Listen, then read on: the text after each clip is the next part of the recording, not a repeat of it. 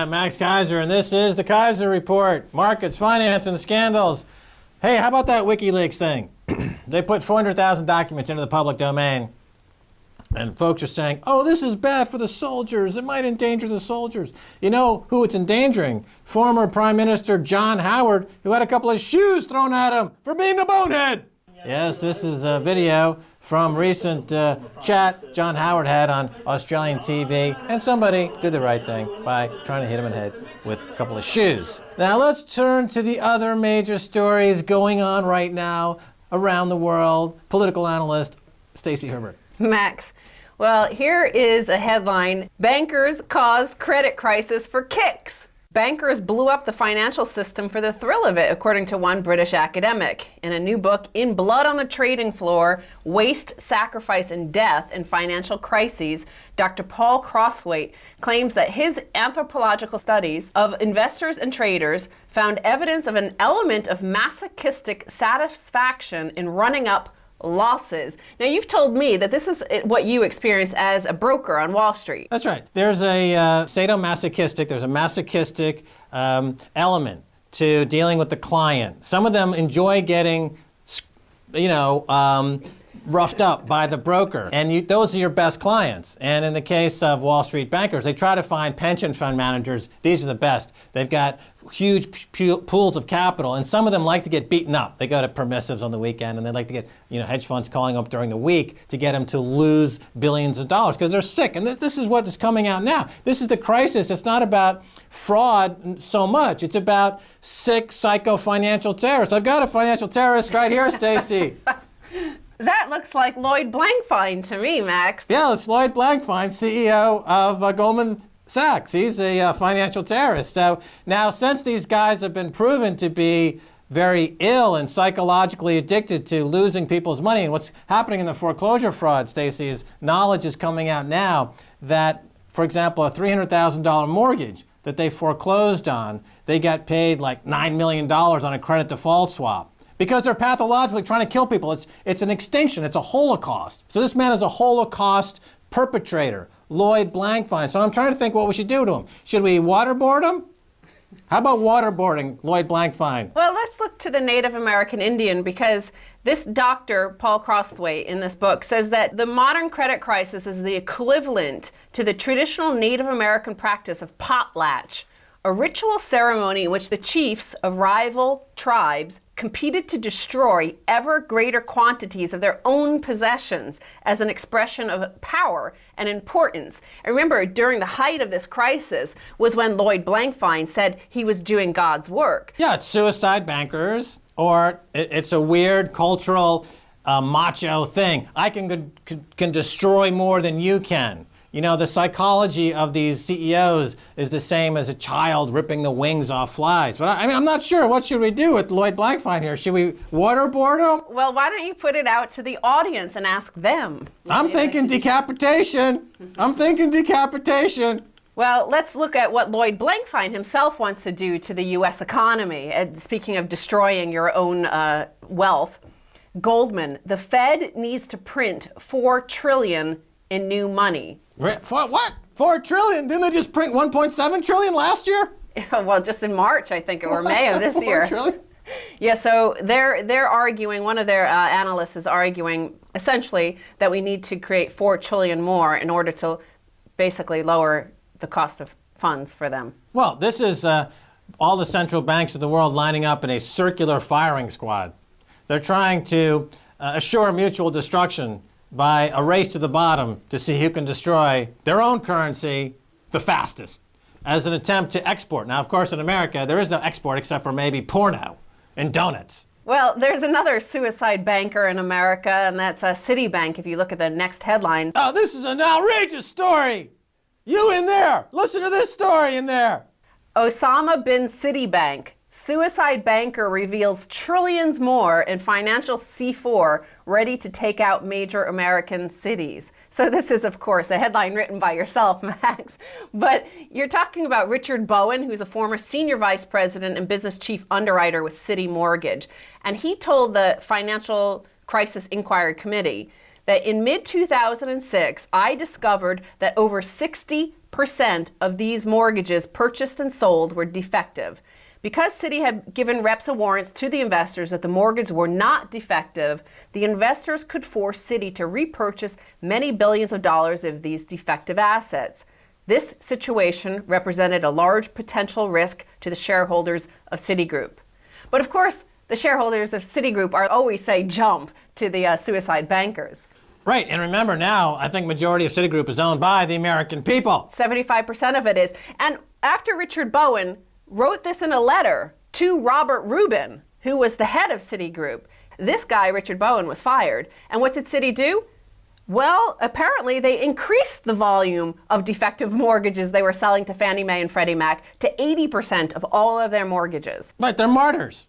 They blow themselves up because they believe in this fundamentalist ideology of free market capitalism where the quicker and more hellaciously you murder your fellow American and global citizen, the bigger the payout on the credit default swap. And AIG is still alive, you know. AIG didn't go the way of Bear Stearns or Lehman Brothers. AIG, the spawn of the devil's putrid CDS lair, is still active with the devils and the Lloyd Blankfeins of the world. I'm trying. What do you think? Send me an email right now, Keiser Report at rttv.ru. Should we waterboard or decapitate Lloyd Blankfein? Next week, next show, based on the emails coming from you. I've already got my box cutter ready for the decapitation. I mean, if it took down the Twin Towers, it can certainly take down Lloyd Blankfein. So send me an email, Keiser Report at rttv.ru. Next, we should bring in Minimax. That's we should bring Minimax in to do the waterboarding or the decapitation. Oh, this is going to be great. So what is going on? You know, the G20 met this weekend. They did nothing to sort out the banking crisis. So now let's look in the UK, where they're introducing massive austerity measures to finance the bailout of the bankers. Cable looks to avoid confrontation as he sets out banking vision. So this is the business secretary of the coalition government, Vince Cable, who made headlines around the world when he was able to identify all the fraud going on and what was happening during the credit crisis, the collapse of the markets. And now, once he's in power, of course, as happens all around the world in all of our Western democracies, I guess, now he doesn't want to have any confrontation with the poor, fragile bankers because they're very emotionally upset about people pointing out that they're a crime wave, and it's very upsetting to them. And, well, they might take down the whole system again if you don't stop making fun of them. The bankers might be upset. Is that right? Yeah. But, Vince Cable and the politicians and the government and the economists around the world tell the people that you French people are ridiculous for resisting austerity, for resisting paying for the bailout of these suicide bankers, that you're the one that has the problem. But Vince Cable doesn't want a confrontation. No, he doesn't. Vince Cable's afraid that the bankers might not like him. They might not pick him for volleyball. The bankers might not pick Vince Cable to come to their cotillion. Oh, Vince, you're not socially acceptable anymore. Poor Vince. But the biggest confrontation of all is, of course, with the United States, because the United States is where harboring all of these suicide bankers. They're also printing up all of the money for the suicide bankers. And we saw right before the G20 finance ministers met this past weekend, Germany says Fed is headed wrong way with monetary easing. So here you have in the U.S., Timothy Geithner and the Congress, alleging that they're going to say that China is the currency manipulator. But here comes Germany. It says the U.S. is the currency manipulator. This is German Economy Minister Rainer Bruderl. He says, excessive permanent money creation, in my opinion, is an indirect manipulation of an exchange rate. So the U.S. gets accused of the currency manipulation. Right. That's right. The U.S. has a world reserve currency. They're manipulating their currency by manipulating the interest rate. So in other words, the interest rate's not a free market function. It's manipulated by the Politburo, as it were, the Nazis that run the Federal Reserve Bank with Hank Paulson as the Himmler of this current fascist takeover of America. And Germany is saying, we've seen this before. You can't let these criminal Nazi types take over your economy. Trust us, it's a bad idea. And of course, Americans are like, where's our free food stamps? that you stole the money from the rest of the world. Just don't tell us how you get the money. Just give us the money. Well, that happened in Germany too. The people didn't want to know where the money came from. They just wanted the free food stamps. They don't care where the government got the money. They don't care if the government killed people in Afghanistan, killed people in Iraq. They're going to bomb Iran to steal the money from them. They don't care. They just want the free money, the American people. We don't care how many. Look, WikiLeaks tells us. They're just killing, they're committing war crimes, they're committing genocide. For what? So that these fat troglodytes in the suburbs can take their little tricycles down to Walmart and buy Chinese-made toothpaste?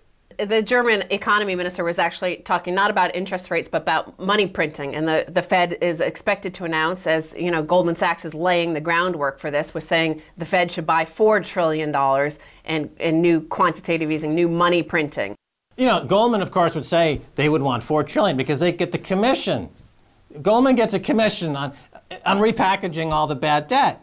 Goldman's got this laundromat going, this slush fund, this business of dealing in crooked coupons, crooked currency, crooked securities, insider trading, insider market manipulation, high-frequency trading, which is a Goldman Sachs scheme to defraud the American public, to defraud the world, and steal billions of dollars. And they themselves admitted this. Remember when they caught the program, it was trying to cross border, and they said, hey, you can use that to manipulate markets. Goldman's a self-admitted larcenistic leech parasite, as William K. Black, regulator during the S&L crisis, referred to Goldman Sachs and other banks collectively as parasites. And like any parasite, the parasite, once it infects the host starts believing that the parasite is doing good. It's like that Stockholm syndrome thing. So you've got like Geithner or Obama. Obama's become, who was that woman who got turned around by the Sudanese Liberation Army? Patty Hearst. Obama's like the Patty Hearst of our day. He's going down there, attacking folks with the machine gun given to him by the crooks on Federal Reserve. And he's saying he thinks he's doing good. This guy's got to be shut down. Well, that's all the time for we have on this part of the show. Stacy Herbert, thanks again for being on the Keiser Report. Thank you, Max. Don't go away. Much more. Stay tuned.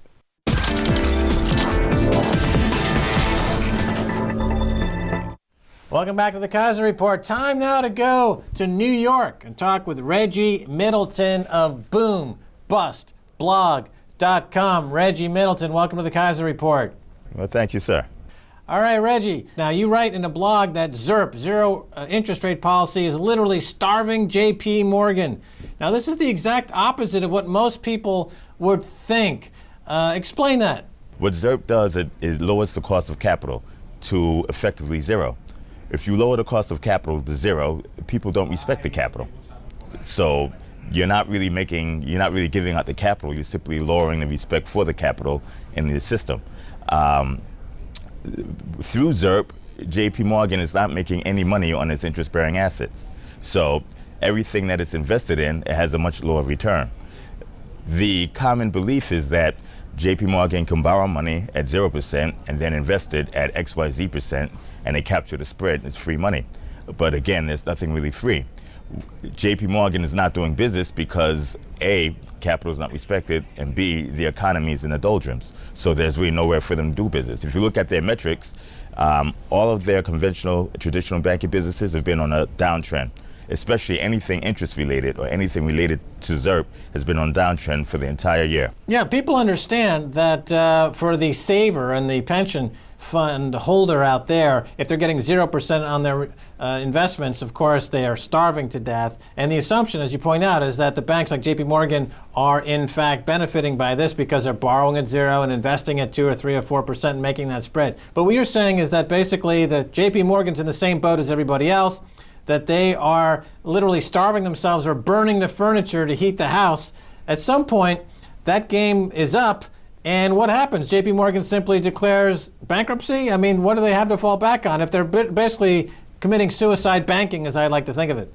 Well, JP Morgan is a significant portion of the fabric of this economic environment, the U.S., so I think politically it'd be very difficult for JP Morgan to declare bankruptcy. Never rule it out, though, because that's not what I do. I look at things as they are, not as I think they should be. What's going to happen no matter what? Guaranteed. The bad assets are going to be purged from the economy, one way or the other. It's going to happen now, or it's going to happen sometime in the future.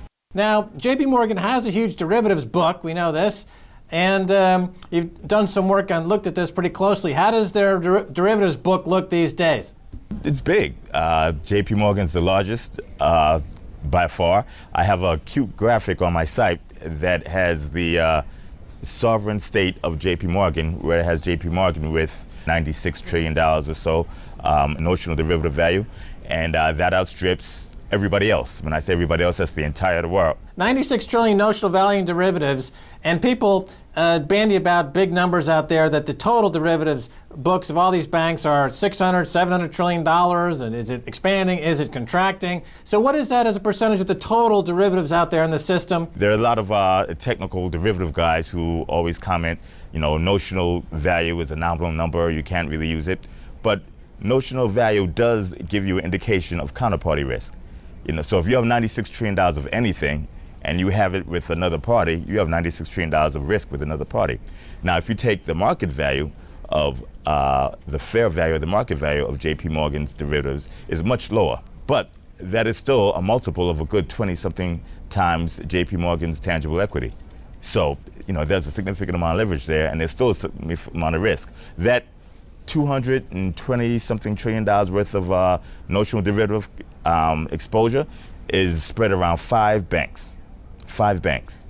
So there's absolutely no way in the world, you can assume that these banks do not hedge almost all the derivative exposure in the world with each other. So if one bank goes down, it's going to drag everybody else along with it because they're simply borrowing money from each other or borrowing value and risk from each other. So JP Morgan can you say that the stock has a book value? Does anyone know what the book value is? Or is that, we don't talk about book value anymore. We just talk about a kind of a conceptual algorithmic value if certain conditions exist? Well, I'm a stickler on these terms such as book value. Just to give you a quick overview of how I look at things. Accountants in general, they tend to make relatively poor investors because they count business activity, okay? They don't count economic value. So in order to measure the value of something on the books, you have to look at both the risk and the reward. So if you look at book value, but you don't adjust it to the risk that was taken to create that book value, you have a very incomplete picture of what's going on. With that being said, whether adjusted for risk or not, adjusted for risk would be economic book value, and not adjusted for risk would be the accounting book value. Either way, most people have absolutely no idea what JP Morgan's book value is because they, and not to pick on JP Morgan, almost all the other banks have never come clean with the true market value of their assets. The assets have to be marked to market in order to get a true value. The argument for the other side is, well, we don't want to mark long-term assets to market because we intend on keeping them long-term, which is nonsense. They're worth what they're worth right now, and if you don't intend on selling them, then you don't intend on selling them. That's understood. But the value is what the value is. Right. So it's a misnomer to use the phrase book value as it applies to banks currently because none of them have any book value. They have enterprises which are based on gaming the system, and to that extent, they're able to pay themselves bonuses. But as an underlying viable business that does something constructive, no, there's nothing there. Let's move on to the foreclosure crisis in America. JP Morgan, of course, is central to this new crisis. I mean, again, fraud being their principal business. Tell us about what the foreclosure pipeline looks like for JP Morgan so we get an idea of what their earnings might be or not be in a company with no book value in 3 months down the road. Well, be aware when you use the term earnings again, you're using an accounting term. Right. And I'm not to pick on you because all of Wall Street, I understand. all the sell I side, understand all these the companies. media. I understand that in a business model based primarily on fraud, you need to have a separate nomenclature. Continue. Because most media and everybody else and the sell side Wall Street use accounting term earnings, that's the reward from doing business. That can be manipulated. JP Morgan, and again, not to pick on JP Morgan, many of the other banks increased their earnings during a weak quarter by releasing provisions and reserves for future and present risk. In my opinion, that's a mistake. The justification in doing it was that the credit metrics were improving marginally, slightly, but steadily.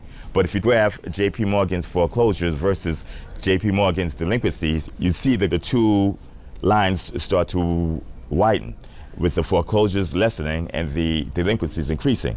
Despite the fact that the delinquencies may be decreasing, they're increasing significantly in relation to the foreclosures. What that means is that JP Morgan is creating an extensive and an increasing pipeline of bad assets that have to be gotten rid of via foreclosure.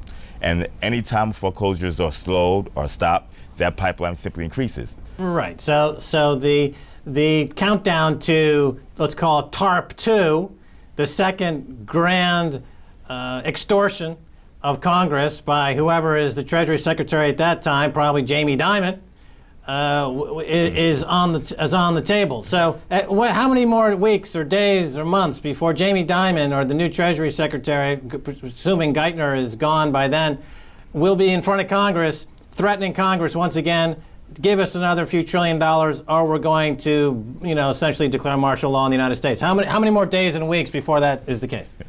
I don't know. That's going to be a hard sell. You'd be a political genius if you could pull that off, in my opinion. But I don't predict the future.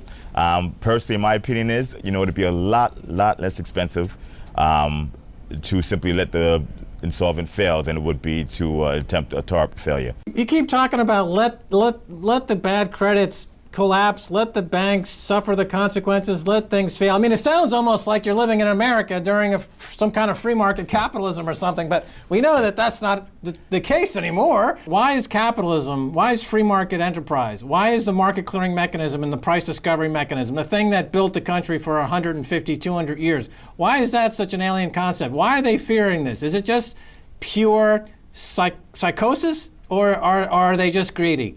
Well, you have an oligarchy that's in command or in charge, and they don't want to lose their position, which is perfectly understandable.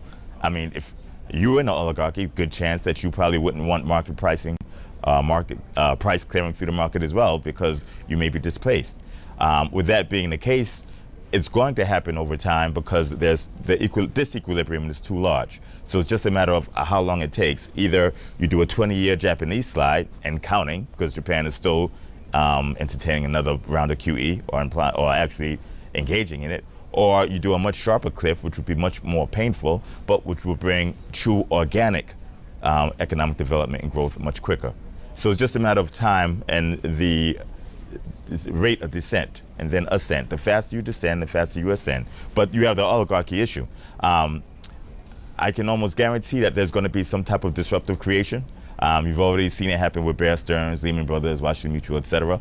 The issue is the problems of 2008 are the exact same problems we have right now in the fourth quarter of 2010, except for the fact that the government has almost perfected a lot of its liquidity injection measures. And as I explained and illustrated a little earlier with JP Morgan, the liquidity injection measures stopped much of the fall, but did absolutely nothing to cure the problem. And the only way to cure the problem is the pricing, the proper pricing of the assets that are sitting on bank and real estate and other companies' balance sheets. So finally, as we look ahead to this announcement of this quantitative easing announcement that's forthcoming, so basically based on what you're saying here, is that if the idea is to get rid of the oligarchs and to return to some economic system that is at least nominally democratic, that number should be as close to zero as possible. Is that a fair statement? I don't believe in a totally free market system because it's very difficult to maintain any semblance of control.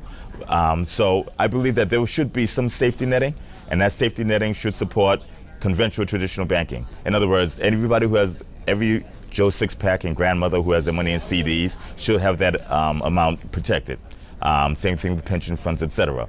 The oligarchs, some of them could even stay in their positions if they're prudent enough to stay in those positions from a financial perspective. But no bailouts, no safety nets for financial or corporate America. You sink or swim on your own abilities. With that being the case, much of the oligarchy has shown that they cannot maintain in that position, which is why the government came in and bailed everybody out to begin with. But just the big man and little man alike sink and swim on their own. You have a big wave, learn to swim or drown. It's really just that simple.